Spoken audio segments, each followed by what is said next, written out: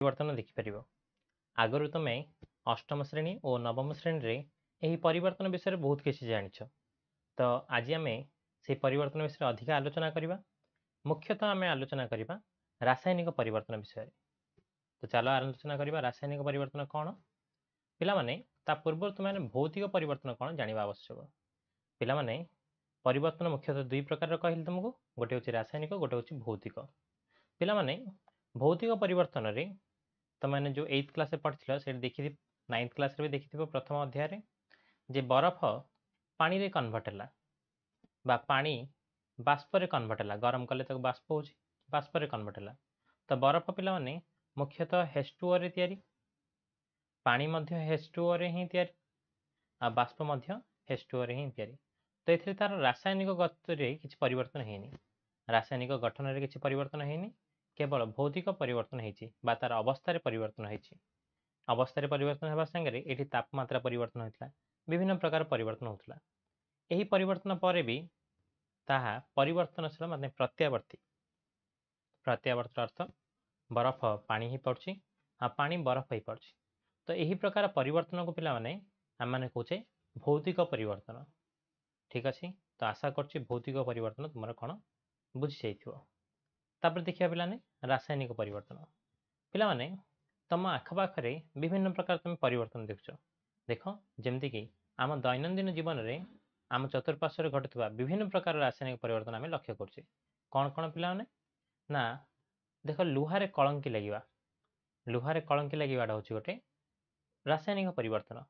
तुम जानच जे बाहर जदि किसी लुहा रखाई था ताहले ताहा किसी दिन पर रेड कलर कलंकी धर दूची। तो कलंकी धरला आम कौन से कलंकी पुणी आउ लुहा बाहर कर केबे नुह। तो कलंकी केबे भी लुहा तैयारी हो पारे से पिला माने ये जो कलंकीटा गोटे रासायनिक परिवर्तन लुहार कलंकी होगला कलंकी केबे फेरी आसेनी लुहा पानी। ठीक अच्छे तापर देख सेमती आ गोटे उदाहरण काठ जली धुआ और पाउंश होगा देखुच ये काठ जलुची जलला चारिपटे धुआं सब ये तो धुआं बाहर थो है सागर ये व्हाइट कलर पाउंश तुम देखिपार। ठीक अच्छे तो जो पाउंश हो काठर रंग परिवर्तन है पाउंश है जो धुआं है एक तुम कौन पुणी थे काठ को फेरी आईपर फेरी आनी हेनी ताहा प्रत्यावर्ती नुहे तेणु यह हूँ गोटे रासायनिक परिवर्तन। तो रासायनिक परिवर्तन पिलाने केबे भी मूल उत्पाद मूल जिनसटी केबे फेरी आसेनी भौतिक परिवर्तन में मूल जिनसटी फेरी आसपे ये तार रासायनिक गठन में कौन परिवर्तन हुए किंतु ए स्थान में रासायनिक गठन में परिवर्तन होता है। कौन कौन परिवर्तन हो पाने देख जदि पिलाने तुम देख ये अंगार को जदि आम जलाऊे अंगार कार्बन कार्बन को जदि आम जलैवा ताहले ताहा कन्वर्ट हम CO2 रे कार्बन डाइऑक्साइड कार्बन को जदि आम वायु दहन करवा वायु दहन कले मीन्स ऑक्सीजन सागर जलैले कार्बन डाइऑक्साइड रे कन्वर्ट हो। ठीक अच्छे तो से टाइप पिलाने एगुड़ा सब हूँ रासायनिक परिवर्तन। देख खरादिन साधारण तापमात्रा क्षीर दही परिणत होगा तुमने जानथो बाहर जदि क्षीर रखी दि जाए ताहले ता छिड़ी दही रे परिणत हो जाए। तो ये साधारण तापमात्रा पिलाने कौन हो क्षीर रे रासायनिक परिवर्तन हो क्षीर क्षीर दही रे परिणत हो जाए। सेमती पिलाने रंधा खाद्य जो दीर्घ समय आम रखिदे ताहले दुर्गंध बाहर। तो रंधा खाद्यर रासायनिक परिवर्तन हुए रासायनिक परिवर्तन होगा जो तार जो दुर्गंध बाहर आम कौन से दुर्गंध वाला खाद्य पुणी भल खाद्य को फेर आनीपर कि केबे नुह। तो यह हूँ अप्रत्यावर्ती। तो यही प्रकार परिवर्तन को आम कौन कहे रासायनिक परिवर्तन से टाइप पिलाने दही आम के रिटर्न क्षीर आनीपारानी। तो यह हूँ अप्रत्यावर्ती। तो अप्रत्यावर्ती को आम कहे रासायनिक परिवर्तन ए तार रासायनिक गुण में ही परिवर्तन हो जाए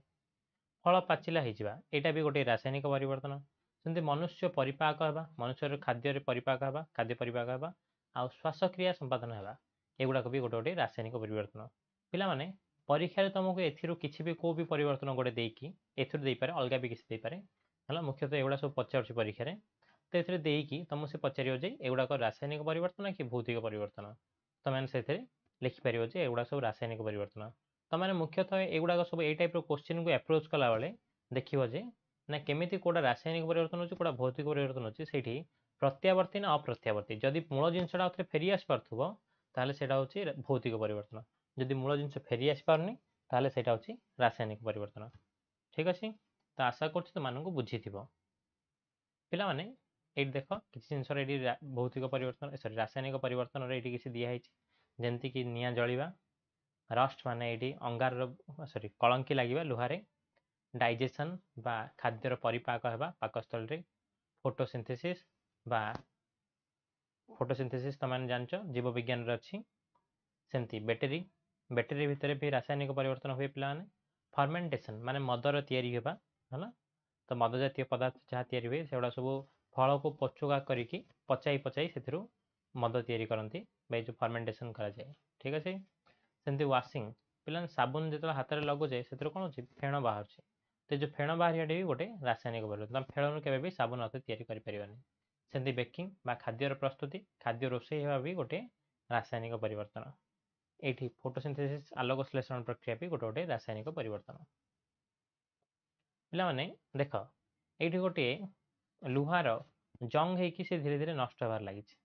ଠିକ୍ ଅଛି ପିଲାମାନେ, ତମେ ଲୁହା ଜଙ୍ଗରେ ଯେଉଁ ନଷ୍ଟ ହେଇଯାଇଛି ଏଥିରୁ ତମେ ଆଉ ଲୁହା ଫେରିକି ପାଇବନି, ଯେଉଁଟା ଜଙ୍ଗ ହେଇଯାଇଛି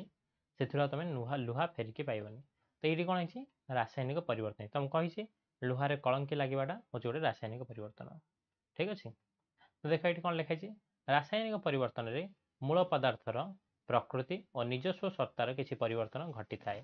ହେଲା। ତ ସତ୍ତାରେ ପରିବର୍ତ୍ତନ ହେବ, ନିଜସ୍ୱ ଆଉ ପ୍ରକୃତିରେ ବି ପରିବର୍ତ୍ତନ ହେବ। ଉକ୍ତ ପରିବର୍ତ୍ତନ ଏକ ସ୍ଥାୟୀ ପରିବର୍ତ୍ତନ ବା ଏଥିରେ ଏଇ ଯେଉଁ ପରିବର୍ତ୍ତନ ହେବ ଏଇଟା ସ୍ଥାୟୀ ପରିବର୍ତ୍ତନ। ଏଥିରେ ଆଉ ତମେ ମାନେ କ'ଣ ନା ପୁଣି ଫେରି ଆସିପାରିବନି, ଏଥିରେ ଯାହା ହେଇଗଲା ପରିବର୍ତ୍ତନ ସେଇଟା କନଫର୍ମ ପୁରା ଫିକ୍ସ ହେଇକି ରହିବ। ତାପରେ ସହିତ କାରଣ ସ୍ଥାୟୀ ପରିବର୍ତ୍ତନରେ ମୂଳ ପଦାର୍ଥକୁ ଏକ କିମ୍ବା ଏକାଧିକ ଭିନ୍ନ ଧର୍ମ ବିଶିଷ୍ଟ ନୂତନ ପଦାର୍ଥ ସୃଷ୍ଟି ହୋଇଥାଏ। ତ ଏଇଠି କ'ଣ ପିଲାମାନେ ଯେଉଁ ମୂଳ ପଦାର୍ଥରୁ ଯେଉଁଟା ମୂଳ ପଦାର୍ଥ ଥିଲା ସେଇଟାରୁ କିଛି ନୂଆ ପଦାର୍ଥ ସୃଷ୍ଟି ହେବ, ନୂଆ ଭିନ୍ନ ପଦାର୍ଥ କିଛି ସୃଷ୍ଟି ହେବ। ଠିକ୍ ଅଛି। ଯୋଉଟାର କି ଗୁଣ ବି ଭିନ୍ନ ଥିବ ଆଉ ତାର ଏପିୟରାନ୍ସ ବା ଦେଖିବା ଶୈଳୀ ବି ଭିନ୍ନ ଥିବ। ତ ଦେଖ ଏଇଠି ଲୁହା ଥିଲା ମୂଳ ପଦାର୍ଥ, କିନ୍ତୁ ଲୁହାରୁ ଗୋଟେ ନୂଆ ପଦାର୍ଥ ତିଆରି ହେଲା, ଆଉ ସେଇଟା ହେଉଛି କଳଙ୍କି। ଯେଉଁ କଳଙ୍କି ତିଆରି ହେଲା ପିଲାମାନେ, ସେ କଳଙ୍କିଟା ତମେ କ'ଣ ସେ କଳଙ୍କିରୁ ପୁଣି ଆଉଥରେ ରିଟର୍ନ କରିପାରିବ କି? ନା ସେ କଳଙ୍କି ପାଖରେ ଲୁହାର ଗୁଣ ଥାଉଛି, ଲୁହାର ଗୁଣ ନଥାଏ କଳଙ୍କି ପାଖରେ। ଠିକ୍ ଅଛି। ତ ଆଶା କରୁଛି ତୁମମାନେ ବୁଝିଥିବ। ଏଇ ଯେଉଁ ପ୍ରକାର ପରିବର୍ତ୍ତନକୁ ଆମେ ରାସାୟନିକ ପରିବର୍ତ୍ତନ ବୋଲି କହୁଛେ, ଯେଉଁଠି ମୂଳ ପଦାର୍ଥ ପୁଣି ଆଉଥରେ ଫେରି ଆସେ ନାହିଁ। ଦେଖ ଏଇଠି ପିଲାମାନେ, ଏଇଠି ଦେଖ ଏଇଠି ଏଇ ଲୁହାରେ କଳଙ୍କି ଲାଗିନି, ଏଇ ଲୁହା ଗୁଡ଼ାକରେ କଳଙ୍କି ଲାଗିଛି। ସେମ୍ ଜିନିଷ କିଛି ଦିନ ବାହାର ରଖିଲା ପରେ କଳଙ୍କି ଲାଗିଯାଏ। ତ ଏଇ ଟାଇପ୍ର ପରିବର୍ତ୍ତନ ଆମେ କ'ଣ କହୁଛେ ରାସାୟନିକ ପରିବର୍ତ୍ତନ କହୁଛେ। ଯେତେବେଳେ ରାସାୟନିକ ପରିବର୍ତ୍ତନ ହୋଇଥାଏ କ'ଣ କ'ଣ ହୋଇଥାଉଛି ପିଲାମାନେ, ଏଇ ଯେଉଁ ଅବସ୍ଥାରେ ପରିବର୍ତ୍ତନ ହେବ, ଅବସ୍ଥାରେ ମାନେ ପିଲାମାନେ ଗୋଟେ ସଲିଡ୍ ବା କଠିନ ପଦାର୍ଥ ଗ୍ୟାସ୍ରେ ପରିଣତ ହୋଇପାରେ। ବିଭିନ୍ନ ପ୍ରକାର ଅଛି, ଯେମିତିକି କୋଇଲାକୁ ଆମେ ଜଳାଉଛେ, କୋଇଲାକୁ ଜଳାଇଲେ ସେ ହେଉଛି କ'ଣ କାର୍ବନ ଡାଇଅକ୍ସାଇଡ୍ ବା ଅଙ୍ଗାରକାମ୍ଳ ଗ୍ୟାସ୍ ହେଉଛି। କୋଇଲାଟା ହେଉଛି ସଲିଡ୍ଟା ବା କଠିନଟା, କଠିନକୁ ଆମେ ଜଳାଇ ଦେଲେ ସେ କ'ଣ ହେଉଛି ଗ୍ୟାସ୍ରେ ପରିଣତ ହେଇଯାଉଛି ହେଲା। ତ ଅବସ୍ଥାରେ ପରିବର୍ତ୍ତନ ହେଉଛି। ରଙ୍ଗରେ ପରିବର୍ତ୍ତନ ହେଉଛି, ପିଲାମାନେ ଦେଖିଲେ ଏଇଠି ରଙ୍ଗରେ ପରିବର୍ତ୍ତନ ହେଲା ହେଲା, ୟାର କଲର୍ ଦେଖୁଛ, ଆର କଲର୍ ଦେଖୁଛ, ରଙ୍ଗରେ ପରିବର୍ତ୍ତନ ହେଉଛି। ଗ୍ୟାସ୍ର ନିର୍ଗମନ, ପିଲାମାନେ ତୁମେ ଏଇଠି ଦେଖେଇଲେ ଏଇଠି ଗ୍ୟାସ୍ କେମିତି ନିର୍ଗମନ ହେଉଛି ହେଲା। ତାପମାତ୍ରାରେ ପରିବର୍ତ୍ତନ, ପିଲାମାନେ ଦେଖୁଛ ତୁମେ କୌଣସି ବି ଜିନିଷ ପଦାର୍ଥ ଜଳିଲା ବେଳେ ଯଦି କୌଣସି ଜାଗାରେ କିଛି ଜଳୁଛି ତାହେଲେ ସେଠି ରାସାୟନିକ ପରିବର୍ତ୍ତନ ହେଉଛି, ଆଉ କୌଣସି ଜିନିଷ ଜଳିଲେ ସେଠି କ'ଣ ହୁଏ ତାପମାତ୍ରା ପରିବର୍ତ୍ତନ ହୁଏ, ତାପମାତ୍ରା ବୃଦ୍ଧି ପାଏ। ତ ଏଇ ଟାଇପ୍ର ତାପମାତ୍ରା ପରିବର୍ତ୍ତନ ବିଷୟରେ ଆହୁରି ବି ବହୁତ ଗୁଡ଼ା ଏକ୍ଜାମ୍ପଲ୍ ତୁମେ ପଢ଼ିବ। ଏବେ ଦେଖିବା ପିଲାମାନେ ରାସାୟନିକ ପ୍ରତିକ୍ରିୟା କ'ଣ। ପିଲାମାନେ ରାସାୟନିକ ପରିବର୍ତ୍ତନ ଯାହା, ରାସାୟନିକ ପ୍ରତିକ୍ରିୟା ବି ତାହା। ପିଲାମାନେ ପରିବର୍ତ୍ତନକୁ ଆମେ ମୁଖ୍ୟ ସ୍ରୋତରେ ବା ସାଇଣ୍ଟିଫିକାଲ ଲାଙ୍ଗୁଏଜରେ ଲେଖିବାକୁ ରାସାୟନିକ ପ୍ରତିକ୍ରିୟା କୁହାଯାଏ। ଠିକ୍ ଅଛି। ଦେଖ ଗୋଟେ ଗୋଟେ କରିକି ପଢ଼ିବା। ଯେଉଁ ପ୍ରତିକ୍ରିୟାରେ ଭିନ୍ନ ଧର୍ମ ବିଶିଷ୍ଟ ନୂତନ ପଦାର୍ଥ ସୃଷ୍ଟି ହୁଏ ତାକୁ ରାସାୟନିକ ପ୍ରତିକ୍ରିୟା କୁହାଯାଏ। ଠିକ୍ ଅଛି ପିଲାମାନେ, ମୁଁ ତୁମକୁ କହିଲି ମୂଳ ଧର୍ମର କିଛି ମୂଳ ଯେଉଁ ପଦାର୍ଥ ଥିବ ତାର ସେ ଯେଉଁ ଏଇଠି ହାଇଡ୍ରୋଜେନ୍ ଅଛି, ଆର ମୂଳ ଆର ଗୁଣ ହେଉଛି ଏଇ ଯେଉଁ ହାଇଡ୍ରୋଜେନ୍ର ମୂଳ ଗୁଣ ହେଉଛି ପିଲାମାନେ ହାଇଡ୍ରୋଜେନ୍କୁ ଇନ୍ଧନ ରୂପରେ ବ୍ୟବହାର କରାଯାଉଛି। ମାନେ ହାଇଡ୍ରୋଜେନ୍କୁ ନେଇକି ତୁମେ ଯଦି ଏଇ ପାଖରେ ଯଦି ନେଇକି ନିଆଁ ଲଗାଇବ ତାହେଲେ ଇଏ ଜଳିବାକୁ ଲାଗିବ। ଠିକ୍ ଅଛି। ଏଇଟା ହେଉଛି ଅକ୍ସିଜେନ୍ ପିଲାମାନେ, ୟା କାମ ହେଉଛି କୌଣସି ପଦାର୍ଥକୁ ଜଳାଇବାରେ ସାହାଯ୍ୟ କରିବ। ଠିକ୍ ଅଛି। କିନ୍ତୁ ଏଇ ଦୁଇ ଜଣ ଯେତେବେଳେ ମିଶିକି ରାସାୟନିକ ପ୍ରତିକ୍ରିୟା କରନ୍ତି ହେଲା, ରାସାୟନିକ ପ୍ରତିକ୍ରିୟା କଲେ H2O2 ଏମାନେ ଦୁଇ ଜଣ ମିଶିକି ରାସାୟନିକ ପ୍ରତିକ୍ରିୟା କଲେ ବା ହାଇଡ୍ରୋଜେନ୍ ଅକ୍ସିଜେନ୍ ମିଶିକି ରାସାୟନିକ ପ୍ରତିକ୍ରିୟା କଲେ ଏମାନେ ତିଆରି କରୁଛନ୍ତି ଜଳ ବା ୱାଟର ତିଆରି କରୁଛନ୍ତି। ଦେଖିପାରୁଛ ଏଠି ଜଳ ତିଆରି କରୁଛନ୍ତି ମିଶିକି, ରାସାୟନିକ ପ୍ରତିକ୍ରିୟା କଲେ ହିଁ ଜଳ ତିଆରି କରିପାରିବେ। ଠିକ୍ ଅଛି। ଏଇ ଯେଉଁ ଜଳ ତିଆରି କଲେ ପିଲାମାନେ, ଏ ଜଳଟା ହେଉଛି ଏମାନଙ୍କ ଦୁଇ ଜଣ ଯାର ଧର୍ମ ଠାରୁ ପୁରା ଅଲଗା। ପିଲାମାନେ ହାଇଡ୍ରୋଜେନ୍ ନିଜେ ଜଳେ ऑक्सीजन जळेबारे साहाय्य करे किंतु जो वाटर ना निजे जळुची ना जळेबारे साहाय्य करछि ये तो निया लिभेबारे साहाय्य करछि जल ठीक अछि ना निया निजे जळुची ना जळेबारे साहाय्य करछि ये निया लिभेबारे साहाय्य करछि तो आशा करछु तो मानो बुझिथिबो जे रासायनिक प्रतिक्रिया हला परे ये जो मूल पदार्थ थिला मूल पदार्थ मानकर गुण पूरा विलुप्त हो गला एमानक गुण पूरा गायब हो गला एमानक द्वारा जो रासायनिक प्रतिक्रिया द्वारा जो नुआ पदार्थटी तैयारी हला ए नुआ पदार्थर गुण जो मूल पदार्थ दुईटा थिला बा दुई बा तीन जहाँ भी जेतेटा पदार्थ रासायनिक प्रतिक्रिया थी है सेमानक गुण ठारू पूरा भिन्न हला ये ठीक अच्छे तो नूतन पदार्थर गुण मूल पदार्थर गुण ठारू पूरा संपूर्ण भिन्न से जिनस ये लिखी जो प्रतिक्रिया रे भिन्न धर्म विशिष्ट नूतन पदार्थ सृष्टि हुए ताकू रासायनिक प्रतिक्रिया कहुए आशा कर तुमको बुझी पिला माने एबे देखिबा रासायनिक प्रतिक्रिया आउ किछि पिला माने जेतेबेले रासायनिक प्रतिक्रिया लेखा जाए ठीक अच्छे बा कौन जगह रासायनिक प्रतिक्रिया होउछि ताहले पिला माने सेठी कोन हबो ना देख एठी जेंती रासायनिक प्रतिक्रिया हला बेले मूल पदार्थ किछि थिला तम देखि परछ एठी मूल पदार्थ किछि थिला जहाँकि मूल पदार्थ होउछि एठी कोन पिला ने मूल पदार्थ होउछि हाइड्रोजन आ ऑक्सीजन ए दी जण मूल पदार्थ मिसिकी हाइड्रोजन ऑक्सीजन मिसिकी मूल पदार्थ दीटा गोटे नुआ पदार्थ तैयारी कले सेटा होउछि वाटर तो पिला ने जो मूल पदार्थ दीटा जो दीटा मूल पदार्थ रासायनिक प्रतिक्रिया हला तांको आमे लेफ्ट साइड रे सब लिखुचे आउ कम पे लेफ्ट साइड लिखुचे म तुम कहबी पारे एगुलो सब आमे कोन कहूचे ए देखो एगुलो सब आमे कहूचे प्रतिकारक बा इंग्लिश रे कहूची रिएक्टेंट ठीक अछि देखो एठी दीटा पदार्थ अछि एमाने ए दीटा पदार्थ गोटे होची CH4 आ गोटे होची O2 ठीक अछि तो ये जो दीटा पदार्थ अछि हैला ए दीटा पदार्थ मिथेन आउ O2 ऑक्सीजन ए दीटा पदार्थ जो रासायनिक प्रतिक्रिया करे रासायनिक प्रतिक्रिया कले ए दी जन पदार्थ ए दीटा मूल पदार्थ रासायनिक प्रतिक्रिया कले कार्बन डाइऑक्साइड आउ जल तैयारी हुए ठीक अछि तो पिला ने देख ये जो मूल पदार्थ दीटा जो जो दी जन रासायनिक प्रतिक्रिया कले तांको में रिएक्टेंट एली कहले बा प्रतिकारक एली कहूचे कोन कहूचे प्रतिकारक ठीक अछि ये जो मूल पदार्थ दीटा जो माने रासायनिक प्रतिक्रिया कले ताको प्रतिकारक प्रतिक्रिया ये जो रासायनिक प्रतिक्रिया हला पारे ये जो एरो मार्कटा देखुची रासायनिक प्रतिक्रिया हला एमान दी जन भितरे ठीक अछि एमान भितर रासायनिक प्रतिक्रिया हला पारे जो नुआ पदार्थ गुडी को सृष्टि होची ताको आमे उत्पाद बोली कहूचे ठीक अछि ओडिया रे उत्पाद इंग्लिश रे ताको प्रोडक्ट बोली कहूचे माने जेमति फैक्ट्री रे पूरा प्रोडक्ट तैयारी होची प्रोडक्ट माने जोडा उत्पाद तैयारी होची बा लास्ट रे जोडा तैयारी होची सेटा को प्रोडक्ट बोली कहूचे बा उत्पाद बोली कहूचे सेई टाइप रो पिलाने एमान होचन मूल जिंस गुडाक मिसिले रासायनिक प्रतिक्रिया हला पारे एगुडा सब तैयारी हेची एरो मार्कटा देखुची रासायनिक प्रतिक्रिया को सूचौची ठीक अछि तो आशा करतो माने बुझी दिबो एटा होची रिएक्टेंट साइड बा प्रतिकारक पट एटा होची प्रोडक्ट साइड बा उत्पाद पट प्रतिकारक मानकर रासायनिक प्रतिक्रिया हेकी उत्पाद सृष्टि होंती उत्पाद पिलाने केवल गोटे सृष्टि बोल नै ए अनेक उत्पाद सृष्टि हुए रासायनिक प्रतिक्रिया रे ठीक अछि तो आशा करछि तो माने बुझी दिबो जे प्रतिकारक माने भाग नियंती रासायनिक प्रतिक्रिया रे आ भाग नेला परे रासायनिक प्रतिक्रिया हुए आ जो नुआ पदार्थ सृष्टि हुए ताको आमे उत्पाद बोली की कहूचे मन रख प्रतिकारक और उत्पाद पिला माने एठी देख केते गुडा जिंस अछि जोडा तुम गोटे गोटे करिकी कहिबे पिला माने कोनोसी जगह रे रासायनिक प्रतिक्रिया हला ठीक अछि एठी देख एक उदाहरण को देख कोनोसी जगह रासायनिक प्रतिक्रिया हेले ताको म केमिति लिखिबी रासायनिक प्रतिक्रिया हला बोली की ठीक अछि जदि मनकर मैग्नीशियम और ऑक्सीजन मध्य रासायनिक प्रतिक्रिया हला हला देख एठी कोन लिखिछि मैग्नीशियम और ऑक्सीजन मध्य रासायनिक प्रतिक्रिया हेले मु ताको केमिति लिखिबी एमति लिखिबी कि एक मैग्नीशियम पातकू ऑक्सीजन उपस्थिति रे दहन कले ताहा मैग्नीशियम ऑक्साइड रे परिणत हुए पिला माने मैग्नीशियम सह ऑक्सीजन रो प्रतिक्रिया हेले मैग्नीशियम ऑक्साइड तैयारी हुए एमिति लिखिबी कि एमती एटा जोटा लिखा है सेमती लिखिबी एमती लिखिपारे कि आउ कौन उपाय अच्छे तो तापाई पिला माने एटा होछि तार वाक्य रूपटा ठीक अछि वाक्य रे लिखिले एमती लिखा प्रथमे एमती लिखुतले साइंटिस्ट माने तांको विरक्त लागिला जे एते बड़ लाइन रे लिखिया पड़छि बोली कि तो आउ जने साइंटिस्ट माने नुआ नुआ साइंटिस्ट माने से माने कोन कले ना ना नाइ नाइ एते लंबा लाइन लिखियो नै डायरेक्ट लिखिबा जे मैग्नीशियम संगे मिश्रण एटी दिया हला ऑक्सीजन तो ए दी जनक मध्य रासायनिक प्रतिक्रिया हबो ठीक अछि मैग्नीशियम और ऑक्सीजन एमान होचंदी प्रतिकारक प्रतिकारक मध्य प्लस चिन्ह दिया जाए हला तो प्रतिकारक मैग्नीशियम गोटे प्रतिकारक ऑक्सीजन गोटे प्रतिकारक ए दी जन भितर रासायनिक प्रतिक्रिया हला ठीक अछि ରାସାୟନିକ ପ୍ରତିକ୍ରିୟା ହେଲା ପରେ ରାସାୟନିକ ପ୍ରତିକ୍ରିୟା ଦେଖାଉଛି ଏର ମାର୍କଟା ରାସାୟନିକ ପ୍ରତିକ୍ରିୟା ହେଲା ରାସାୟନିକ ପ୍ରତିକ୍ରିୟା ହେଲା ପରେ କ'ଣ ତିଆରି ହେଲା ମ୍ୟାଗ୍ନେସିୟମ୍ ଅକ୍ସାଇଡ୍ ଏଇଟା ହେଉଛି ଉତ୍ପାଦ ଠିକ୍ ଅଛି ପିଲାମାନେ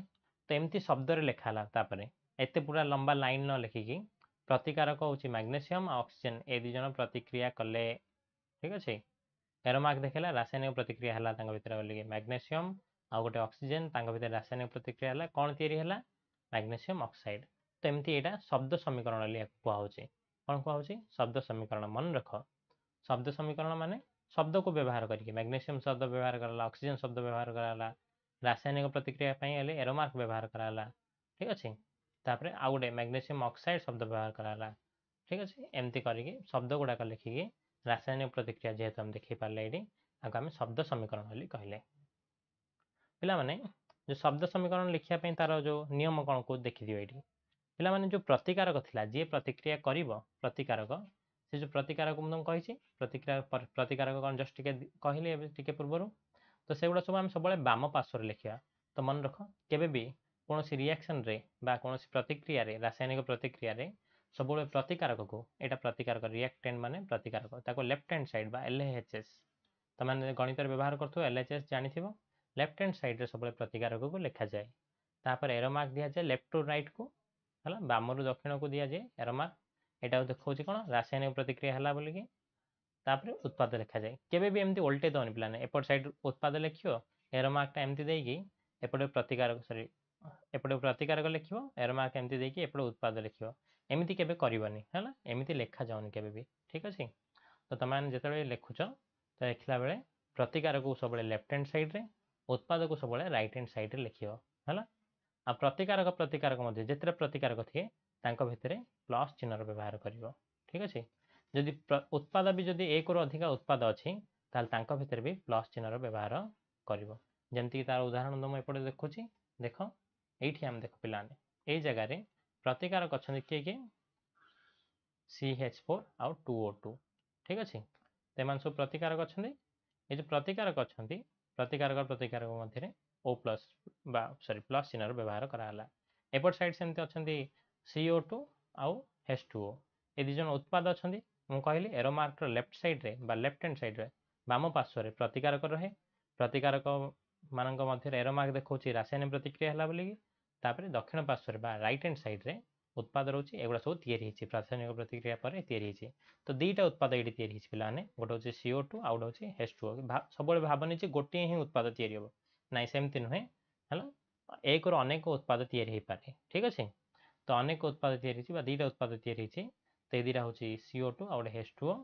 ଏ ଯେଉଁ ଦୁଇଟା ଉତ୍ପାଦ ତିଆରି ହେଇଛି ଆଙ୍କ ଭିତରେ ବି ପ୍ଲସ୍ ଚିହ୍ନର ବ୍ୟବହାର କରାଯାଇଛି ତ ପ୍ରତିକାରକ ମଧ୍ୟରେ ପ୍ଲସ୍ ଚିହ୍ନ ଉତ୍ପାଦ ମଧ୍ୟରେ ପ୍ଲସ୍ ଚିହ୍ନ ବ୍ୟବହାର କରାଯାଏ ଆଉ ପ୍ରତିକାରକ ସାଇଡ୍ ଆଉ ଉତ୍ପାଦ ସାଇଡ୍ ମଝିରେ ଥାଏ ଏରୋ ମାର୍କଟା ଏରୋ ମାର୍କ ସୂଚାଉଛି ଯେ ପ୍ରତିକାରକରେ ରାସାୟନିକ ପ୍ରତିକ୍ରିୟା ହେବା ଯୋଗୁଁ ଏ ଯେଉଁ ଉତ୍ପାଦ ତିଆରି ହେଇଛି ଠିକ୍ ଅଛି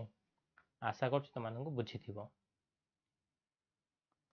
ଏଇଠି ଦେଖ ପିଲାମାନେ ସେଇ ଜିନିଷ ହିଁ ଦିଆହେଇଛି ଏଠି ମ୍ୟାଗ୍ନେସିୟମ୍ ତା ସାଙ୍ଗରେ ଅକ୍ସିଜେନ୍ ସାଙ୍ଗରେ ମ୍ୟାଗ୍ନେସିୟମ୍ ଅକ୍ସିଜେନ୍ ସାଙ୍ଗରେ ପ୍ରତିକ୍ରିୟା ହେଲା ପରେ ଉତ୍ପାଦ ତାର ସୃଷ୍ଟି ହେଇଛି ଠିକ୍ ଅଛି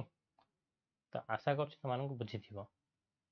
ଆଜି ପାଇଁ ଏତିକି ଧନ୍ୟବାଦ ନେକ୍ସଟ କ୍ଲାସ୍ରେ ବାକି ଜିନିଷ ପଢ଼ିବା